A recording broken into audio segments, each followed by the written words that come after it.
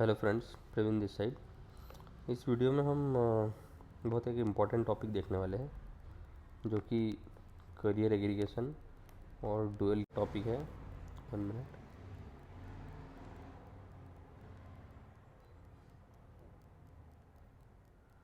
ये थोड़ा एक डिफरेंट टॉपिक है, करियर एग्रीगेशन और डुअल कनेक्टिविटी। तो इसमें डिफरेंस क्या है, ठीक है, करियर एग्रीगेशन और डुअल कनेक्टिविटी में। तो इसको हम थोड़ा अच्छे से समझते हैं इस वीडियो में। और जो डुअल कनेक्टिविटी कंसेप्ट है वो तो आपको पता है कि ये 5G का है, ठीक है, लेकिन आगे की रिलीज़ में ये 4G में भी काम आता है, ठीक है। इसमें 4G to 4G cell he add होते हैं 4G में। और 5G में डुअल कनेक्टिविटी का मतलब तो आपको पता है, 4G प्लस 5G होता है, मतलब दोनों सेल ऐड होते हैं इसमें, ई नोट भी प्लस जी नोट भी, ठीक है। तो चलो इसको पढ़ते हैं अच्छे से। करियर एग्रीगेशन और डुअल कनेक्टिविटी दोनों चीज़ कैसे काम करती है 5G में, और बीच बीच में 4G का कंपैरिजन भी लेंगे इसमें। सो देखो, career aggregation is a feature that allows a mobile device to send and receive packets from multiple carriers at the same time. So career aggregation as a feature is available in Wi-Fi, 3GPP, LTE and 5G network.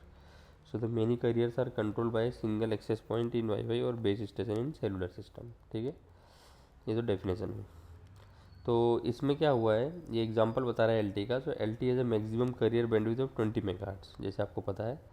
So via career aggregation, 5 carriers are combined to achieve an aggregated bandwidth of 100 megahertz. जो LTE में 5 career component हम add कर सकते थे, ठीक है, extra, accept primary cell. So CA brings higher data rate, lower latency, better use experience and better use of network resources. Okay.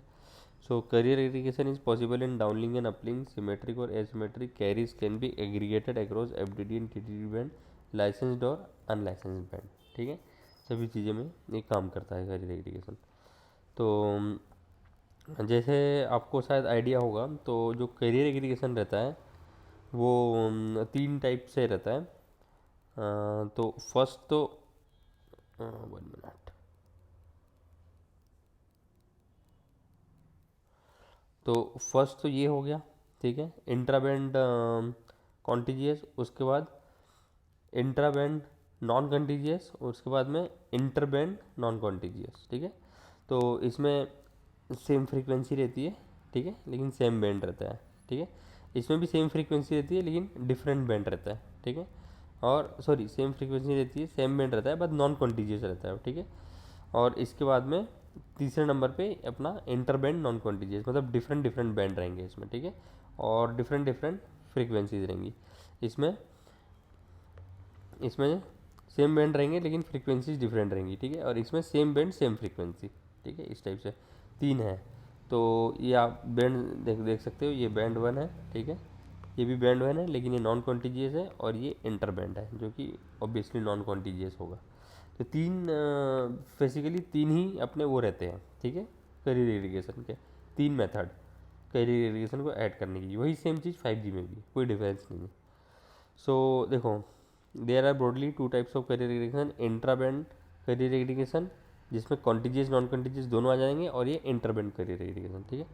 So intra band जो है, so the carrier belong to the same band, carriers can be contiguous next to each other, और non contiguous, 2 type के रहेंगे, ठीक है। और the carrier aggregation with contiguous carrier is easier to implement, operator most likely don't have large contiguous spectrum, hence non contiguous carrier aggregation is useful feature, ठीक है। अब inter band तो ये समझ लो कि दूसरे बैंड्स है और different frequency. So the carrier belongs to the different band, this is more complex to implement than the intra band contiguous type, because cellular operators have license to different bands. This has led to the standardization of many interband career aggregation combinations to cater to industry needs, ठीक है। ये तो चलो definition हो गई। अब इसमें ये बोला गया है कि what technologies are using carrier aggregation. So वो तो हमने ऑलरेडी देख चुके हैं, ये तो 3G का था जिसमें 8DL और 2 अपलिंक करियर सपोर्ट करते थे, ठीक है। और LTE ADAS में अप टू 5 करियर्स तक के हम लेते हैं, अप टू 100 मेगाहर्ट्ज तक के आता है, ठीक है। सो इन LTE एडवांस प्रो रिलीज 13 में अप टू 32 करियर्स तक के भी हम करियर कंपोनेंट ऐड कर सकते हैं, ये चीज़ याद रखना, ठीक है। और can be aggregated for a maximum bandwidth of 640 megahertz. मतलब सिर्फ LTE एडवांस में ही तुम इतने करियर ऐड कर सकते हो। कितने? 32 करियर ऐड कर सकते हो और 640 मेगाहर्ट्ज तक के तुम्हारी बैंडविड्थ जा सकती है। ठीक है, तो ये तो बात हुई 4G की है। अब अगर बात करें 5G की, सो इन 5G intra band and inter band carrier aggregation is possible with in FR1 and FR2 and across FR1 and FR2। So up to 16 carrier can be aggregated or maximum aggregated bandwidth is limited to 1 GHz. So each aggregated carrier can be of a different numerology. अब इसमें जो है up to 16 carrier ही add हो गए 5G में। अब याद रखना ये चीज़ कि 5G में अगर कोई आपसे पूछे तो टोटल कितने करियर्स ऐड हो सकते हैं, तो अप टू 16 ऐड हो सकते हैं। ठीक है, और मैक्स 1 गीगाहर्ट्ज़ तक के बैंडविड्थ हमारी जाएंगी इसमें। ठीक है, so in both LTE and 5G supplement downlink SDL carriers provide additional throughput. This is nothing but CA one supplementary uplink in general more downlink। ठीक है, supplementary uplink के बारे में ज़्यादा बात नहीं कर रहे हैं। अब ये जो हुआ देखो, wifi channel bonding is intra band and contiguous. Okay okay okay okay okay okay okay, ये वाईफाई के बारे में। ठीक है, जो ये वाले बैंड्स के साथ में कॉम्बिनेशन करियर कर सकते हो तुम भी। वाईफाई के बारे में हमें नहीं पढ़ना है अभी। सो इसमें है कि what are the possible deployment scenarios of carrier aggregation. ठीक है, तो देखो यहाँ पे कुछ सिनारियोज है, जैसे कि सिनारियो 1, सिनारियो 2, सिनारियो 3, सिनारियो 4 और सिनारियो 5। ठीक है, तो ये वाला जो ब्लू वाला है वो FR1 है और जो ये ब्राउन वाला है ये FR2 है। ठीक है, तो कवरेज इम्प्लीमेंट आप देख सकते हो इन्होंने कवरेज इम्प्लीमेंट किस किस टाइप से किया है। ठीक है, ये सेम कवरेज दिया है इसमें FR1 FR2 को। इसमें FR1 को अलग दिया है, FR2 को अलग दिया है। इसमें FR1 FR2 को दोनों को साथ में दिया है, लेकिन आगे पीछे दिया है। एक का कवरेज कम दिया है, एक का ज़्यादा दिया है। वैसे ही सेम सिनारियो 4 में भी, और सिनारियो 5 तो एकदम डिफरेंट है। अगर आप देखोगे यहाँ तो वही सेम चीज़ आपको देखने को मिलेंगी। सो देखो, FR1 and FR2 are in the same band and have similar coverage with co located cells. This scenario provides higher capacity and more bandwidth to the user. Scenario 2 को होगा FR2 is in higher band and has smaller coverage. So FR1 coverage FR1 provides coverage while FR2 improves the throughput। तो इसमें देख सकते हो कि FR1 coverage के लिए दिया है, उसके लिए दिया। Scenario 3 cells are located but FR2 is directly to cover the holes in the F1। ठीक है, provides coverage and mobility while F2 improve the throughput. इसमें देखो जो मोर डेंसिटी वाला एरिया है इसमें FR2 और कवरेज के लिए इन्होंने FR1 दिया है। तो वैसे ही F1 provides macro cell coverage and F2 radio head, improved throughput and hotspot। FR FR2 same band and intra band। इस टाइप से है सिनारियो 4। और सिनारियो 5 भी similar to scenario 2 but frequency selective repeaters are use for the improve F2 coverage. So ये combinations इन्होंने बना के दिए कि इस टाइप से हम यूज़ कर सकते हैं करियर एग्रीगेशन में। So the above scenarios suggest that the benefits of carrier aggregation are many higher throughput, better cell coverage, consistent user experience, higher energy efficiency and higher ROI operator। ये क्या है? Return of investment for operator. ठीक है, अब जैसे हमने देखा था what is the basic terminology used in LTE and 5G and are carrier aggregation. तो देखो दो टाइप के कंपोनेंट यूज़ होते हैं इसमें। ठीक है, जैसे आपको याद होगा एक प्राइमरी कंपोनेंट करियर और एक सेकेंडरी कंपोनेंट करियर। ठीक है, तो दो टाइप के केस हो गए, तीन टाइप के केस हो गए, केस 1, केस 2, केस 3। तो पहला वाला क्या है? पहला हो गया इंट्रा बैंड कॉन्टिजियस। उसके बाद दूसरा वाला क्या होगा? Intra band non contiguous. और तीसरा वाला इंटर नॉन कॉन्टिजियस। ठीक है, जिसमें बैंड डिफरेंट हो जाएंगे। इसमें केस 2 में क्या रहेगा? जो बैंड है, जो इंट्रा बैंड नॉन कॉन्टिजियस है, तो बैंड तो एक ही रहेगा लेकिन फ्रीक्वेंसी डिफरेंट रहेंगी। और इसमें सेम बैंड सेम फ्रीक्वेंसी रहेंगी फर्स्ट वाले में। तो ये केस 1 हो गया, केस 2, केस 3। तो यहाँ पे आप देख सकते हो primary component career carries both user data and signalling messages. Secondary component career carries only user data.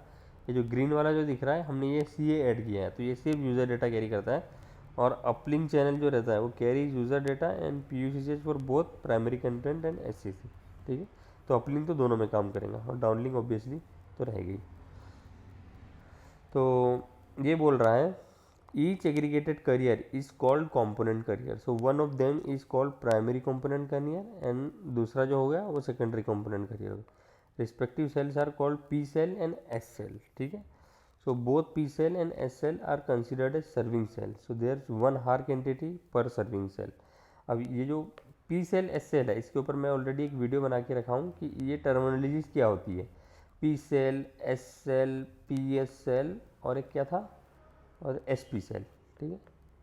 तो ये क्या होती है.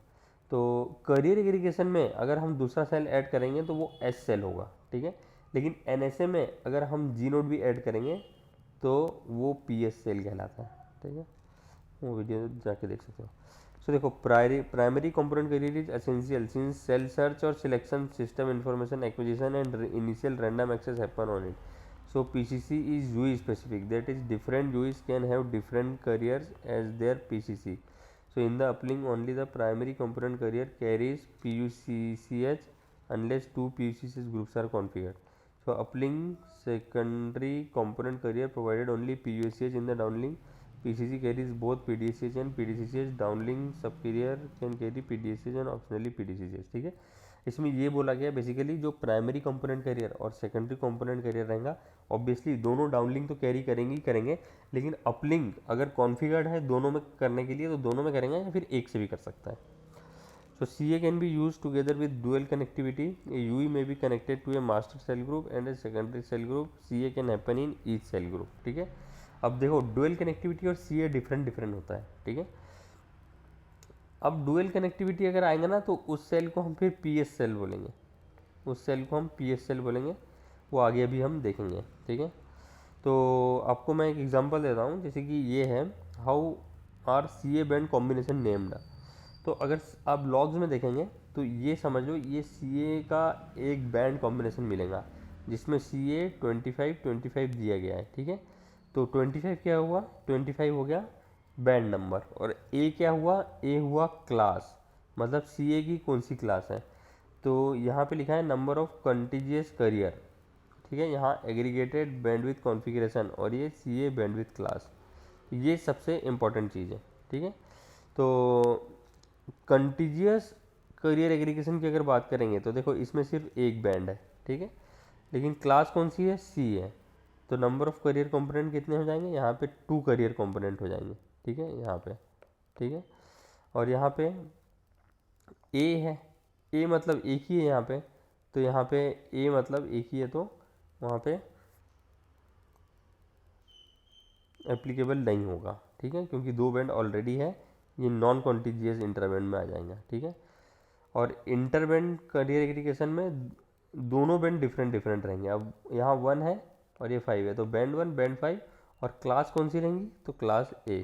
तो नंबर ऑफ करियर कंपोनेंट कितना हो जाएंगे 1, दोनों में 1 हो जाएंगे. इस टाइप से ये डिफाइन होगी. तो इसमें देखो जस्टिफिकेशन दिया है कि जो फर्स्ट वाला था CA1C ऑपरेट्स इन बैंड 1. ठीक है. विथ 100 से 200 number of aggregated resource block for CA class C. So the maximum aggregated channel bandwidth is 40 MHz from 2 carrier component. 2 carrier component कैसे हुआ, क्योंकि C का 2 था ना इसलिए. So moreover CA1C has 2 bandwidth combination set. ठीक है. Each bandwidth combination set allows for a certain combination of channel bandwidth in megahertz. bandwidth combination set तो डिपेंड करता है कंप्लीट कॉन्फ़िगरेशन पे. ठीक है. अब ये जो है इसमें C था, दैट मीन्स हम C वाले में जाएंगे. ये C वाले में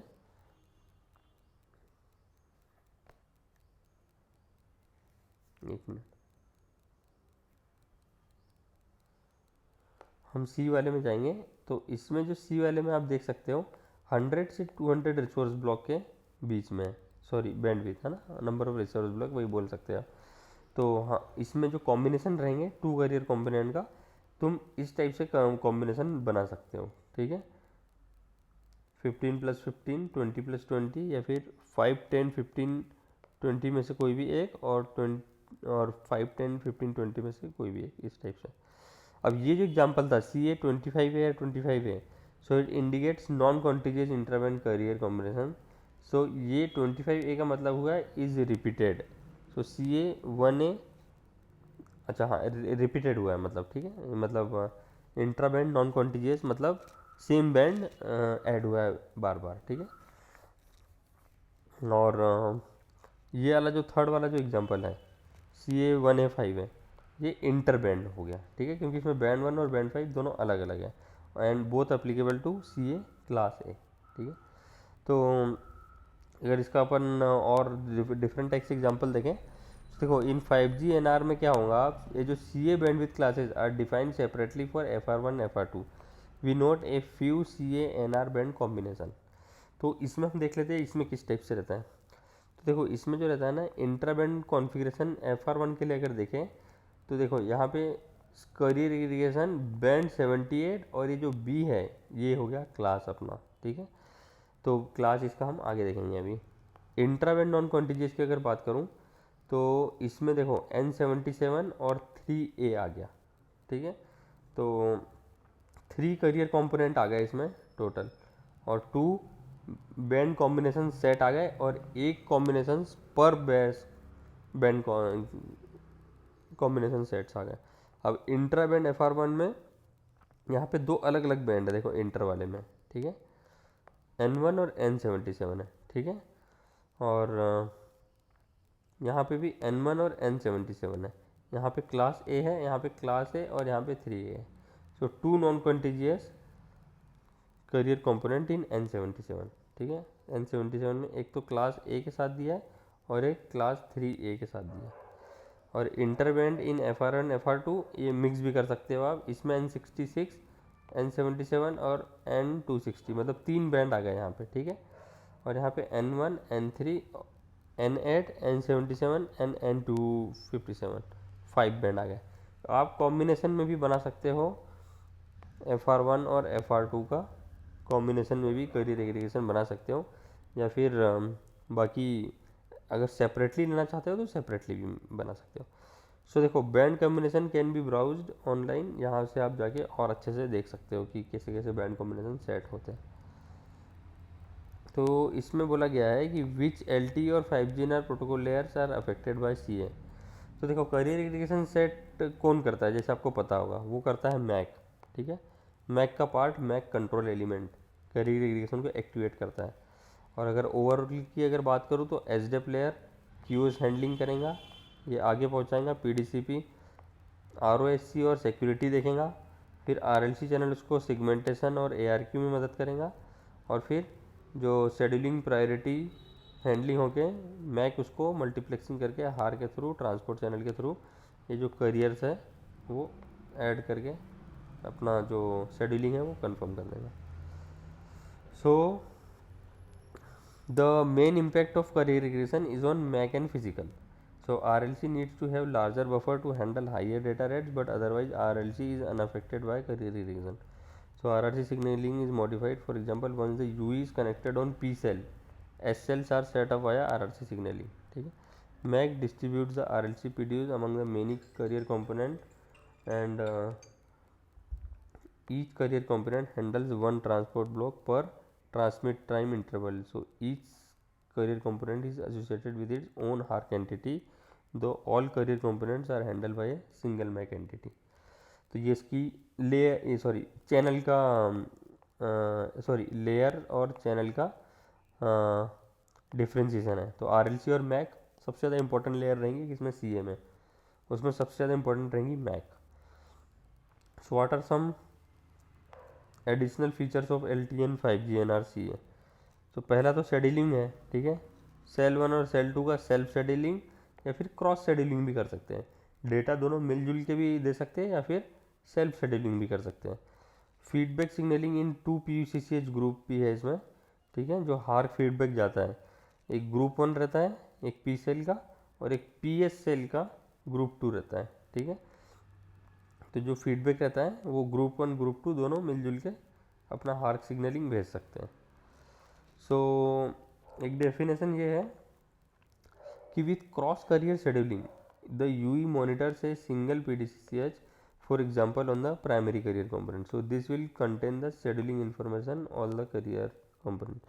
So feedback signaling such as HARC acknowledgement on uplink on of the P cell, this suits downlink uplink, however this may be overload in this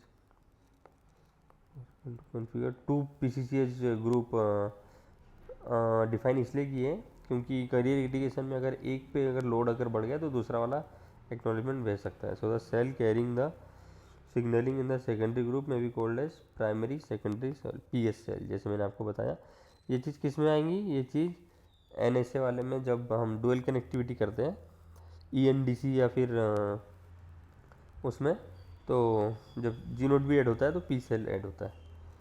so release 16 में unaligned fragmentary TX switching are allowed, this provide we more transition opportunity utilize effectively. Release 17 में पीयूसीसीएस career को भी enhance किया है और हार credit transmission can be on a different career. So in LTE release 15 and 5G NR release 16, enhanced utilization of carrier aggregation was introduced. This allows you to perform early measurements of the sub-carrier component.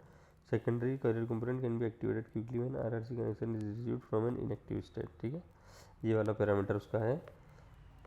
Enhance utilization for carrier aggregation EUCA इन्होंने किया है कि अगर RRC connection inactive state से अगर connected state में आएगा तो जल्दी से सब carrier secondary carrier component activate कर सकते हैं इजीली। ये कोई नया फीचर है। अब हम देखेंगे इंपॉर्टेंट चीज़ थोड़ी सी, करियर एग्रीगेशन बैंडविड्थ क्लासेस। अब बैंडविड्थ क्लासेस क्या होती है, ठीक है, तो जो डेफिनेशन है वो तो हमने ऑलरेडी हम पढ़ चुके हैं। सो देखो, carrier aggregation increases bandwidth by combination several carrier, each aggregated carrier is referred to a component carrier, जैसे हमने अभी देखा। और 5G जो NR है वो up to 16 contiguous and non contiguous carrier component support करता है with different numerologies in FR1 and FR2। So जो carrier aggregation configuration includes the type of carrier aggregation, ठीक है, इंट्राबैंड कॉन्टिजियस और नॉन कॉन्टिजियस और interband non contiguous. So number of bands and the bandwidth class, ठीक है। So CA bandwidth class is a series of alphabet which defines the minimum and maximum bandwidth along with the number of component carrier, ठीक है। तो इसकी जो bandwidth class है वो हम देखेंगे आगे कि कैसी रहती है। तो देखो, जो बैंडविड्थ क्लास की पॉइंटर है, तो 5G NR CA support 16 contiguous non contiguous, ये आपको याद रखना है। और जो बैंडविड्थ क्लास रहती है वो सीरीज ऑफ अल्फ़ाबेट की रहती है, ठीक है, विथ मिनिमम और max bandwidth along with the number of career component. जैसे हमने 4G का देखा था ना वो टेबल मैंने पहले बताया था, अब 5G का देखेंगे।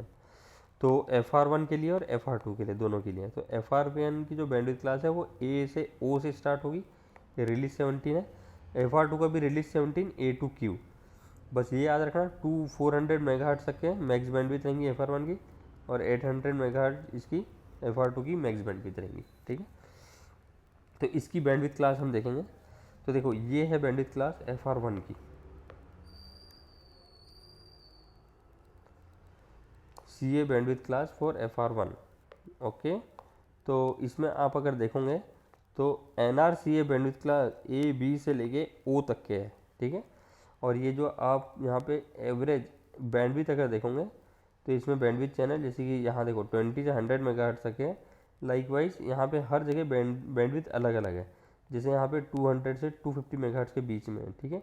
वैसे यहाँ पे 100 से 400 मेगाहर्ट्ज़ के बीच में। और आपको पता है कि FR1 की मैक्स जो है बैंडविड्थ वो 400 मेगाहर्ट्ज़ तक ही जा सकती है। नंबर ऑफ करियर कंपोनेंट देखेंगे तो हर बैंडविड्थ क्लास के लिए सपोज A के लिए 1 रहता है, वैसे B के लिए 2 करियर कंपोनेंट ऐड कर सकते हैं। वैसे हम मैक्स कितने कर सकते हैं, 16 कर सकते हैं, किसमें, 5G में। तो इसमें वही चीज़ दिखाई गई है, ठीक है, कि क्लास A में जैसे कि कॉन्फ़िगरेशन है करियर एग्रीगेशन का। सो जो maximum 5G carrier bandwidth channel depend on the band number and the numerology. So numerology define the frequency spacing and subcarrier, ठीक है। Class A belongs to the all fallback groups and allows the mobile to return a basic configuration without aggregation of carrier. तो बस इतना याद रखना कि class ए में जो बैंड तुमको दिया है सेट करके करियर एग्रीगेशन के लिए, जो लॉग्स में आई है जो चीज़, वही रहेगा। इसमें कोई भी करियर ऐड नहीं होगा, क्योंकि ये already without aggregation of career है, ठीक है। ये बेसिक कॉन्फ़िगरेशन सपोर्ट करता है। लेकिन बाकी अब जितनी भी क्लास देखोगे, जैसे कि क्लास भी है correspondence to a total bandwidth between 20 से 100 मेगाहर्ट्ज़ के बीच में जैसे रहेगा, तो by the aggregation of 2 radio channel आप यूज़ कर सकते हो। वैसे ही क्लास सी में भी 2 रेडियो चैनल यूज़ कर सकते हैं, लेकिन जो बैंडविड्थ जो रहेंगी वो डिफरेंट रहेंगी, 100 से 200 रहेंगी। वैसे ही क्लास डी में 3, क्लास ई में 4 कर सकते हो। वैसे ही सबका डिफरेंट क्लास और डिफरेंट क्या रहेगा, रेंज ऑफ बैंडविड्थ और different radio channel based on this table only, इसी टेबल का एक्सप्लेनेशन दिया है मैंने। देखो अब अगर FR2 की अगर बात करूँ, ठीक है, FR2 की, तो FR2 में NRCA bandwidth class A B से लेके डायरेक्ट Q तक आ जाएगा, ठीक है। और आपको पता है FR2 का मैक्स जो है वो 400 मेगाहर्ट्ज़ तक है, ठीक है, उससे ज़्यादा नहीं जा सकते, ठीक है। तो ये चीज़ हमने FR1 के लिए भी देखी थी, जिसमें A से O तक के था, ठीक है। और इसमें क्या है, इसमें A से Q तक के। तो ये जो थोड़ा है, ये टेबल थोड़ा बड़ा है, FR1 में यहीं तक के था।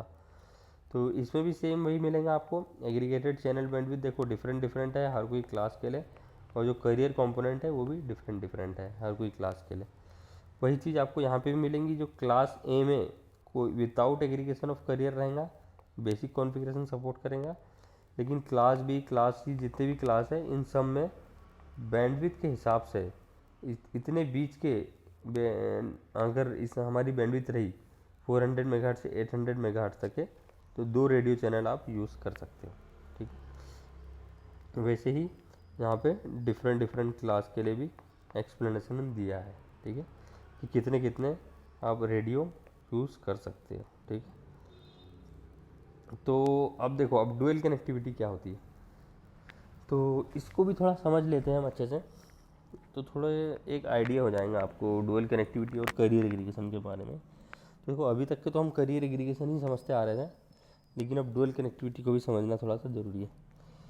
तो देखो डुअल कनेक्टिविटी से 3GPP release dual feature for small cell enhancement similar to carrier aggregation. So it aims to utilize the radio resources within the multiple carriers of improved eutrophic. So the difference between dual connectivity in CA in their application scenarios and their implementation. So dual connectivity is a mode of operation where a multiple RxTX capable UE in RRC connected mode can be configured to utilize the radio resources of two distinct cellulars located in two inode Bs, namely master inode B and secondary inode B, connected by a non-ideal backhaul over the X2 interface. Career aggregation में क्या होता था, जैसे कि ये मेरा Yui है, ठीक है, तो और ये इनोड भी है, ठीक है। तो ये जो फर्स्ट इनोड भी था ये प्राइमरी कंपोनेंट करियर हो जाएगा, और यही इनोड भी और एक को ऐड करेगा वो हो जाएगा सेकेंडरी करियर कंपोनेंट, ठीक है।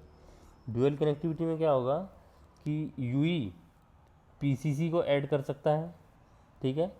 अब यू ही दूसरे अपने एक और करियर को ऐड कर सकता है, एक और एलटी करियर को ऐड कर सकता है, ठीक है।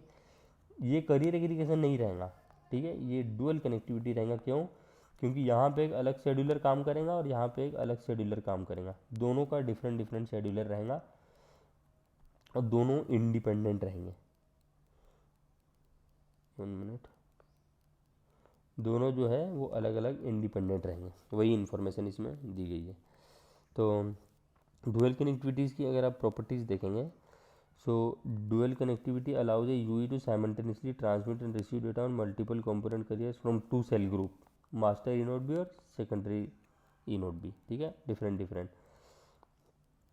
तो जैसे मैंने आपको बताया वैसे ही 2 सेल ग्रुप रहेंगे और दोनों इंडिपेंडेंट तरीके से काम करेंगे। So dual connectivity can increase user throughput, provide mobility, robustness, and support load balancing among eNode bits. So in DC, user traffic is split between carriers in PDCP layer and data breakdown is known as split bearer. अब इसमें bearer भी काम आ जाएंगे, ठीक है। तो इसमें 3 type के bearer जनरेट हो गए, एक मास्टर सेल ग्रुप, एक SCG और एक स्प्लिट bearer, जो हमने एक दूसरे लेक्चर में देखा था। So DC and CA are not mutually exclusive, they can be implemented together, ठीक है। So in DC UE has 2 CRNTI cell RNTI, ठीक है, 1 इज MCG CRNTI और एक रहेंगी SCG में, 2 CRNTI इसमें अलग अलग रहेंगी, क्योंकि 2 अलग अलग सेल है और दोनों इंडिपेंडेंट तरीके से काम कर रहे हैं इसलिए। So it has an always active cell in MCG and another always active cell in SCG। It has separate PUSH resource भी रह सकते हैं दोनों में। और the configuration between master eNode भी और जो सेकेंडरी इनोड भी रहेगा is independent. Example bandwidth, number of component carriers, frame structure of each carrier, सब कुछ डिफरेंट डिफरेंट रहेगा।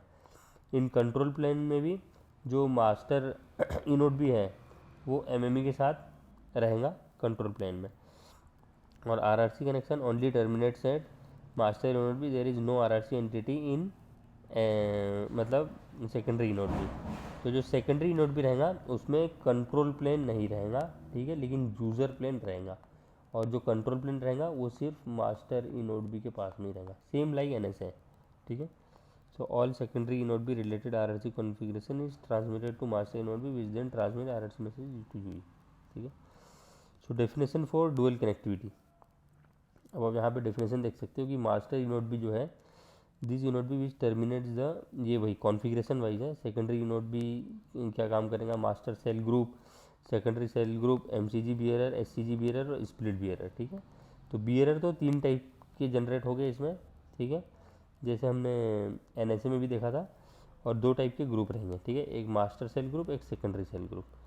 तो मास्टर सेल ग्रुप जो रहेगा उसको हम P सेल बोलेंगे, ठीक है। और मास्टर सेल ग्रुप ही अगर और एक सेल को ऐड कर लेता है उसी के ग्रुप में, तो उसको हम S सेल बोलेंगे और उसको हम करियर एग्रीगेशन बोल सकते हैं, ठीक है। और सेकेंडरी सेल ग्रुप में जो सेल रहेगा उसको हम P सेल बोलेंगे, ठीक है। और अगर वो एक और सेल ऐड कर सकता है तो उसको भी हम S सेल ही बोलेंगे, लेकिन वो करियर एग्रीगेशन होगा। तो ये एक डिफरेंस है बस डुअल कनेक्टिविटी और करियर एग्रीगेशन में। इसका मैं फिगर बताऊंगा तो आपको और अच्छे से समझ में आ जाएगा। तो देखो ये आर्किटेक्चर है, तो अभी यहाँ पे आपको थोड़ा समझ में आएगा। तो देखो ये है मास्टर नोड और ये है सेकेंडरी नोड। तो ये कौन सा हुआ, ये P सेल हुआ। और ये कौन सा हुआ, ये PS सेल हुआ, ठीक है। ये प्राइमरी सेकेंडरी सेल का जो है वो प्राइमरी है। अब अगर ये वाला सेल अगर एक और सेल ऐड करता है तो उसको S सेल बोलेंगे और इसी S सेल को करियर एग्रीगेशन बोलेंगे। और ये वाला सेल अगर एक और सेल ऐड करता है इधर से तो उसको करियर एग्रीगेशन बोलेंगे और उसको S सेल बोलेंगे, ठीक है। अब जो डेटा पाथ जो रहेगा वो इस टाइप से रह सकता है। देखो डेटा आया MME से, PGW से direct PDCP RLC MAC physical, ये MCG बियरर जनरेट हो गया। SCG के लिए डायरेक्ट सेकेंडरी नोड पे आया PDCP RLC मैक फिजिकल। लेकिन स्प्लिट कैसे होगा डेटा, जैसे कि डेटा आया अपना PGW से, PDCP पे आया हमारा डेटा, ठीक है। और PDCP से डेटा स्प्लिट हो गए RLC पे चले गया सेकेंडरी नोड के, RLC मैक फिजिकल। तो यहाँ पे स्प्लिट बियरर जनरेट हो जाएंगे, जैसे हमें आ रहा है MCG और SCG बियरर जनरेट हुआ था उस टाइप से। तो ये इसका एक NSA जैसे ही है, सेम जैसे हमने NSA में देखा था। तो इसमें है control plane for dual connectivity CP for DC। So inter inode B control plane signaling for DC is done by X2C interface signaling and towards MM is done by S1C interface signaling. So there is only one S1C connection per dual connectivity UE between and the master inode B and the MME। तो जैसे आपको पता है user interface तो रहेगा, जो secondary node रहेगा उसका user interface user plane interface serving gateway के साथ रहेगा। मास्टर इनोड पे का तो डेफिनेटली रहेगा, ठीक है। और यूज़र प्लेन जो मास्टर इनोड भी है और सेकेंडरी नोड के भी बीच में रहेगा। और अगर कंट्रोल प्लेन की बात करूँ तो जो कंट्रोल प्लेन रहेगा कोर नेटवर्क के साथ मास्टर इनोड भी का रहेगा, लेकिन सेकेंडरी नोड का कंट्रोल प्लेन नहीं रहेगा, सेम लाइक NSA। और कंट्रोल प्लेन इन दोनों के बीच में तो ऑब्वियसली रहेगा X2C इंटरफेस के साथ, ठीक है। तो इसमें बोला गया है user plane for dual connectivity क्या होता है। तो user plane for dual connectivity जैसे मैंने आपको समझाया यहाँ पे डेटा कैसे जाएगा, ठीक है, यूज़र प्लेन में डुअल कनेक्टिविटी में। तो जो बियरर जनरेशन थे वो मैंने आपको ऑलरेडी बता चुके हैं यहाँ पे, MCG बियरर, SCG बियरर और स्प्लिट बियरर, 3 टाइप का बियरर जनरेशन होगा। और यूज़र प्लेन की अगर बात करूँ तो ये यूज़र प्लेन रहेगा तुम्हारा, जिसमें डेटा डायरेक्ट कोर नेटवर्क से सेकेंडरी नोड पे आ जाएगा और मास्टर इनोड बी और सेकेंडरी इनोड बी के बीच में X2 इंटरफेस से रहेगा, ठीक है। अब CA और DA का जो अगर कंपैरिजन अगर आप देखोगे तो इसमें आप एक चीज़ देख सकते हो, जैसे कि so the carrier aggregation allows the UE to simultaneous transmit and receive data on multiple component carrier from a single node B, whereas dual connectivity allows a UE to simultaneously transmit receive data on multiple component carrier from two cell group. ठीक है, इसमें दो cell group रहेंगे dual connectivity में, और carrier aggregation में PCC और SCC रहेगा। ठीक, डिफरेंस बस वही है, करियर एग्रीगेशन में पीसीसी प्लस एससीसी रहेगा और डुअल कनेक्टिविटी में एमसीजी प्लस एससीजी रहेगा। ठीक है, मास्टर सेल ग्रुप, ये बस डिफरेंस है और कुछ नहीं है। और अगर डेटा की अगर बात करें तो डेटा वही तीन फॉर्म में जा सकता है। ठीक है, एक एमसीजी के फॉर्म में, एक एससीजी के फॉर्म में, और एक स्प्लिट बिहेवियर के फॉर्म में जा सकता है डेटा। ठीक है, ये एक डिफरेंस है।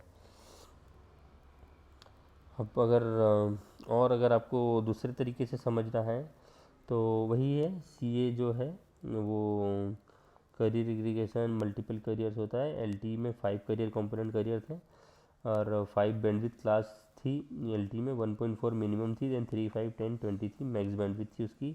5 करियर कंपोनेंट ऐड कर सकता था और 100 मेगाहर्ट्ज़ तक हम जा सकते थे एलटी में। लेकिन रिलीज 13 में एलटी के 32 करियर कंपोनेंट भी अब ऐड कर सकते हैं और 640 मेगाहर्ट्ज़ तक जा सकते हैं।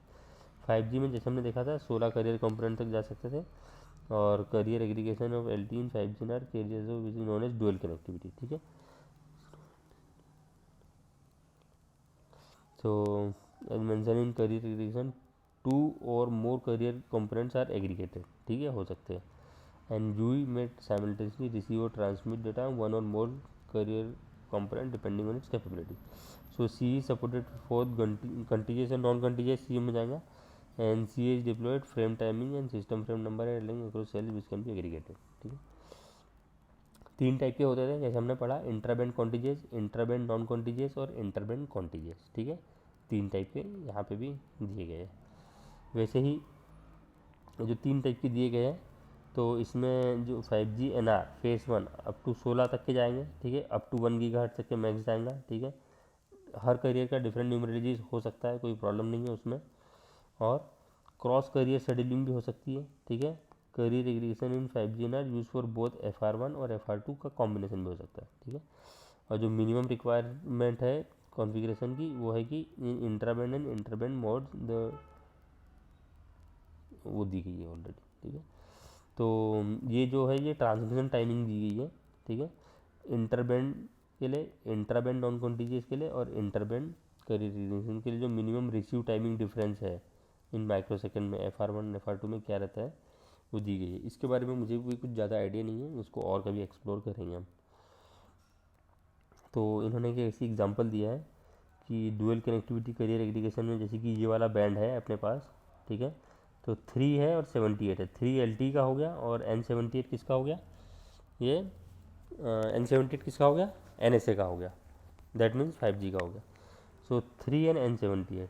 ठीक है, तो ए है, दैट मीन्स कोई भी क्लास इसमें एप्लीकेबल नहीं होगी, जो है वो यही है, मतलब दो करियर कंपोनेंट ही इसमें काम करेंगे। So bandwidth increases and hence the data rates increase, uploading and downloading network operator helps aggregation of license। Career aggregation का ये है कि करियर एग्रीगेशन एक्टिवेट कैसे होता है, आप ये देख सकते हैं इसमें, ये बहुत इंपॉर्टेंट चीज़ है। सो ये ई नोड बी के ही बारे में बताया गया है वैसे तो, ई नोड बी का प्राइमरी कंपोनेंट और ई नोड बी का सेकेंडरी कंपोनेंट करियर। ठीक है, सो ई नोड बी का जो प्राइमरी कंपोनेंट करियर है वो यूई का जो प्राइमरी कंपोनेंट आरआरसी कनेक्शन रिकॉन्फ़िगरेशन हुआ। और अगर यहाँ पे देखो शेड्यूलिंग रिक्वेस्ट गया पहले, फिर DCI आया, RRC connection reconfiguration, MAC control channel activation. तो ये सबसे इंपॉर्टेंट है, मैक कंट्रोल एलिमेंट ने एक्टिवेट कर दिया यूई का प्राइमरी कंपोनेंट करियर। ठीक है, और यूई का सेकेंडरी कंपोनेंट करियर वैसे ही सेम ऐड होगा इसी प्रोसेस से। यहाँ पे कुछ डेफिनेशंस है क्या, नहीं है। तो ये चीज़ आपको याद रखनी है। ठीक है, ये बहुत इम्पोर्टेंट है। जैसे कि इसमें देखो दिया गया है NR standalone 2 carrier components ही है। ठीक है, अब इसमें N78 और N78। ठीक है, दो बैंड है इसमें, तो N78 दो बैंड है, तो N7 इसका जो कॉन्फ़िगरेशन रहेगा। ठीक है, मतलब कैसे ऐड होता है, तो देखो आरआरसी कनेक्शन रिकॉन्फ़िगरेशन आया सबसे पहले फॉर SL एडिशन के लिए, फिर हमने आरआरसी कनेक्शन रिकॉम्प्लिकेशन भेजा, मैक कंट्रोल एलिमेंट ने उसको एक्टिवेट किया। फिर DCI to schedule PDSCH carrying the MAC control element, ठीक है। फिर DCI एक्टिवेट हुआ, PDSCH पे आया वो। फिर PDSCH carrying the MAC control element. फिर PUCCH HARQ acknowledgement for PDCH। फिर DCI शेड्यूलिंग आया। फिर PDSCH इन P सेल पे आया। फिर DCI scheduling in S cell और PDCH इन S सेल, ठीक है। HARQ acknowledgement for PDCH in both P cell and S cell. ये जो एक प्रोसीजर है, ये अगर याद रहेगा तो हमें एक आइडिया लग जाएगा कि करियर एग्रीगेशन कैसे मतलब इसमें ऐड होता है, तो मतलब और भी इजी हो जाएगा इसको समझने के लिए। बाकी इसकी जो इन्फॉर्मेशन है हमने पहले भी देखी थी। यूई कैपेबिलिटी इन्फॉर्मेशन में फीचर सेट कॉम्बिनेशन हमने देखे थे कि कैसे डिफरेंट डिफरेंट बैंड के कॉम्बिनेशंस वहाँ हमको दिखते हैं, तो उसी के बेस पे RRG कनेक्शन रिकॉन्फ़िगरेशन में करियर एग्रीगेशन भी ऐड होते हैं। और इसका नेक्स्ट वीडियो में हम कंप्लीट एक वो भी देख लेंगे, लॉग एनालिसिस की कंप्लीट कैसे कैसे ये ऐड करता है ये सेल।